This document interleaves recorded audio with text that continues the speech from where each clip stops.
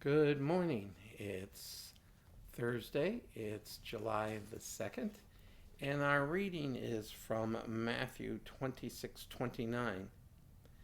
Speaking of Christ, going a little further, he fell face down and prayed, "My Father, if it is possible, let this cup pass from me, yet not as I will, but as you will."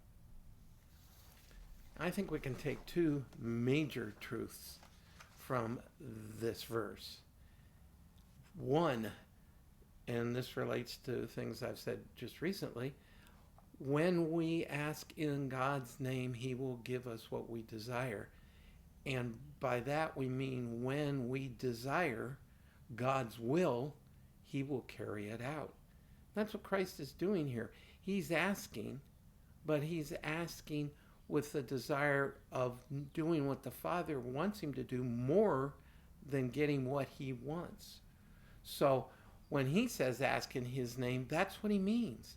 That we ask, and the in His name part means in accord and desiring His will. And then we will receive what we ask because our asking will be consistent with His desire for us. The other truth, which I've also talked about recently probably, is the fact that if we're obedient and we're committed to God's will, that doesn't mean it's a requirement that we like where He has us.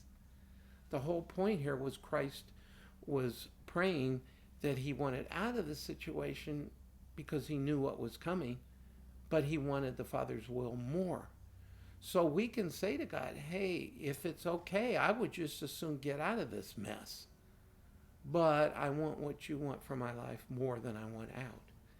That's what it means to pray in God's name.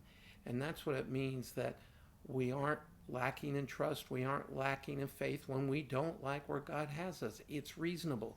And if it was reasonable for Christ, it certainly is reasonable for us. So the hardest thing and the thing that blesses us most, though, is being willing to say, Holy Spirit, give me the willingness to be willing to be where God wills me to be.